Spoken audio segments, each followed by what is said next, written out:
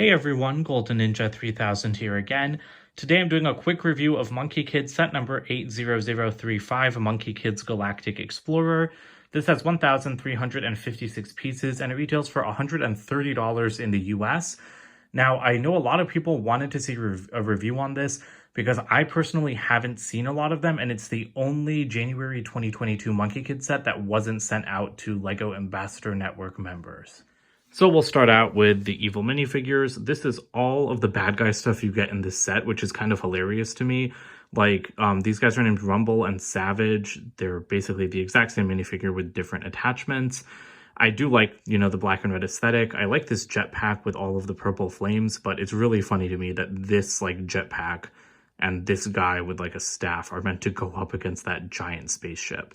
So we've got this side build, kind of a launching pad area. So we've got this robotic version of Sandy's cat, which I forget what the cat is named.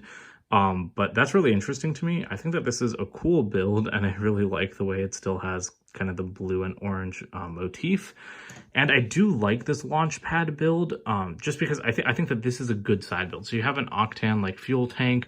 You've got a couple of tools, so you could pretend like you're fixing up the rocket to go on a mission. And then you've got new teal roller coaster tracks. Those are awesome, and you get more in the not Ninjago City Gardens, the City of Lanterns set. And so you can fold this one up, when you actually lift off.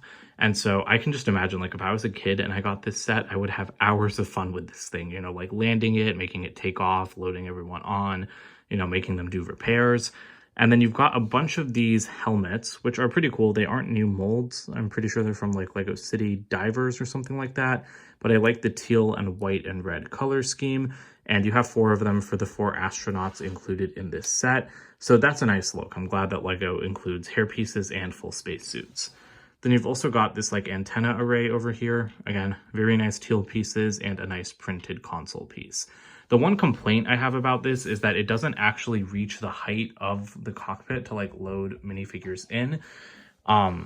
It kind of does, I guess, because it reaches up to here. And if you take this part off, you can make them get in right here, but I don't know, I wish it just went a couple of studs higher. I wish that it was more to there. And I feel like asking for 2 studs more of height is not that much, but it does work better than I thought. So May fell out, so we might as well start looking at some of the minifigures. These are the same astronaut suits that Pigsy wore in the Chang'e Mooncake Factory set, except these guys get printed legs, so that's nice. Again, Pigsy does not come in this set. May's hairpiece is great as usual, but there are some more interesting figures in my opinion. So this is, This is Mr. Tong. He's been in some other sets, always eating something. He's supposed to have a little bow in there, but I took it out because otherwise it would rattle around everywhere. Great alternate face. I don't really understand why he's going on the mission with them. Maybe he's bankrolling them. I don't watch the show. But there is a great new chopstick mold. I really like that because it's nice to get one of these together, because I think you could always use Harry Potter wand pieces as individual chopsticks.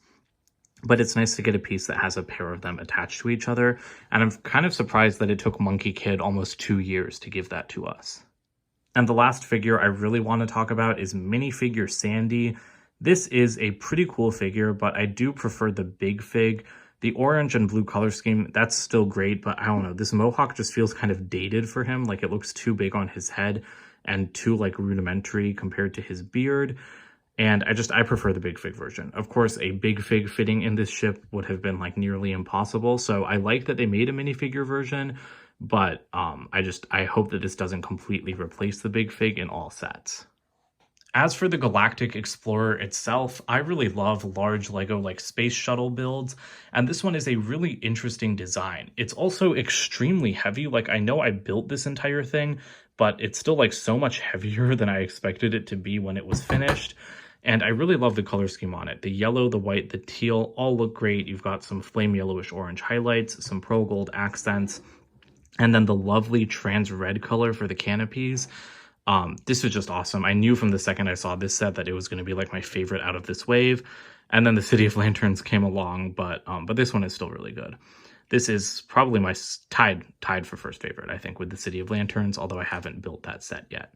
you can see into like the ship through these windows, which I really like, again, because they're also really low to the ground, and these parts just kind of stick out from the side. It's just a really clever design. Like, kudos to the designer, because this feels like Lego spaceships we've got in the past. Like, it kind of feels like Benny's to a degree. I think this is the same cockpit mold, and you know, you have like the two kind of stepped cockpit. That's like a common feature across Lego designs, but it still feels like extremely fresh while retaining like those older sensibilities. At the back/bottom, that's where all the teal is. Love these stickers, and the opacity of the white is actually kind of decent. These pieces also look like clouds, which is really cool. And then you've got these kind of winglets with more stickers. These are annoying to line up, but they look really good once they have been lined up. And then you've got a bunch of thrusters back here. I particularly like, you know, like these teal cylinders. And then you've got the big one in the center rimmed by pearl gold. That looks great. And actually, I am going to flip this over for a second so you guys can see what the bottom looks like. It's not really anything too special, but there is a gap here to store weapons. And I really like that, because when I was putting minifigures in the cockpit, I was like, oh, I wish that there was a place to put like these longer weapons. And then I flipped the ship over and there was. So I forgot that I put those clips in there while I was building, but I'm just really glad that there's a place to store like every accessory. You can see Mr. Tong's bow actually rattling around in the window, which is kind of funny. Don't know how I'm going to get it out of there. Off to the side here, you've got some spring-loaded missiles, and I like the way these guns are built using these newer like 2L bars with like the stop ring in the middle. And like the very tip sticks out so you can shoot them. I'm glad that they're covered up, but in a set this big, I think it would have been really great if we got like a remote activation mechanism. Like, there's so much structure here, it would have been great to like get like a button to push instead of pushing them ourselves. But again, pretty minor complaint. And then in the middle over here, you might notice that this area has been rolling. That's because there are a couple of different things stored here. So first of all, you've got like the green fire ring. Love getting that flame in green. I really like this new flame mold. So that's really cool. I actually thought one of these was going to be a prison cell, but nope. This is actually a little hanger for a moon rover. Now, this is a decent build printed control panel. It doesn't roll very well though, because it's just using these dome pieces. So like, this is obviously a hard surface and it's like not rolling at all. And I get what Lego was going for, you know, by trying to have like rolling kind of suspension, but I don't think this works because the middle wheels are like lower than the rest. And so it just kind of rocks. I think that the middle wheels should be higher than the rest.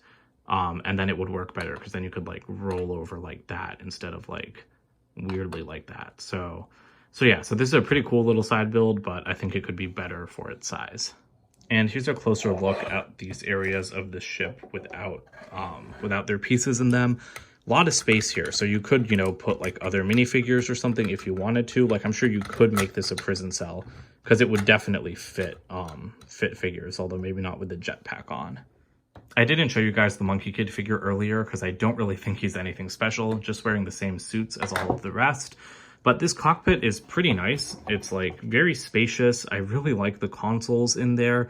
And honestly, it's spacious enough. Like, I feel like there's kind of dead space back there. It would have been great if they added 2 seats up front. But you've got levers, and this kind of looks like an airplane control console.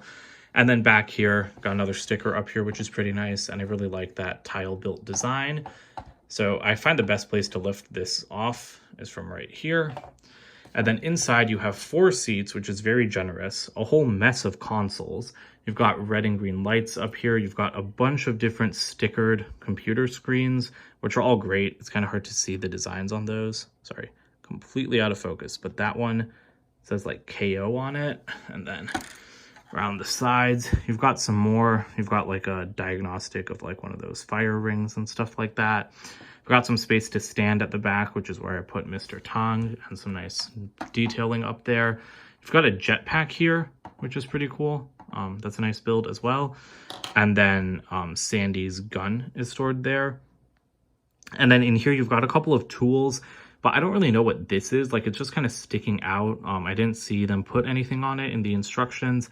And to me, it just like, it just clogs up the space. Like, I wish, I mean, I probably will just remove this, because that's a lot of usable space here that's just rendered dead by having this thing sticking out in the middle and having these tools stick out. Like, it's great that those tools are included, but I feel like they could have been left behind on the launch pad so that we could have more space to put minifigures. Well, that pretty much does it for the build, so I'm just going to give you guys one last look at it. And again, it is a very nice design. Got some great detail built there. Sorry, it's kind of like coming out of view of the camera. But yeah, I am a big fan of this ship. I think that this is like my favorite original Lego build in a really long time. There are some great extra pieces here. Bull, beard, even a monkey tail, which surprised me, but that's really, really awesome. And here's that bow piece of Mr. Tongs that was rattling about in the ship. Here's the spent sticker sheet. Yeah, I don't show these in all of my reviews, but there's a ton of stickers in this set. I think they all add great detail, but yeah, this is like, it is kind of crazy. And then here's the instruction manual. It's kind of just the same as all the other Monkie Kid sets, but I really like how dark this manual is. Like, it's much darker than a typical, you know, like Lego design, which I guess is a comment I should have saved for the box, but hey, it's the same art. So at the back, we just have the typical Monkie Kid ad, all the sets for January, plus the City of Lanterns. The box for this set is a typical $100 box size, and again, it's much darker than your typical box. And the other thing that I'm surprised by is how much it de-emphasizes like the launch pad. That is a very sizable side build that's just really relegated to the background there. And I don't love it when Lego does that. I don't love it when like they play with scales to that extent.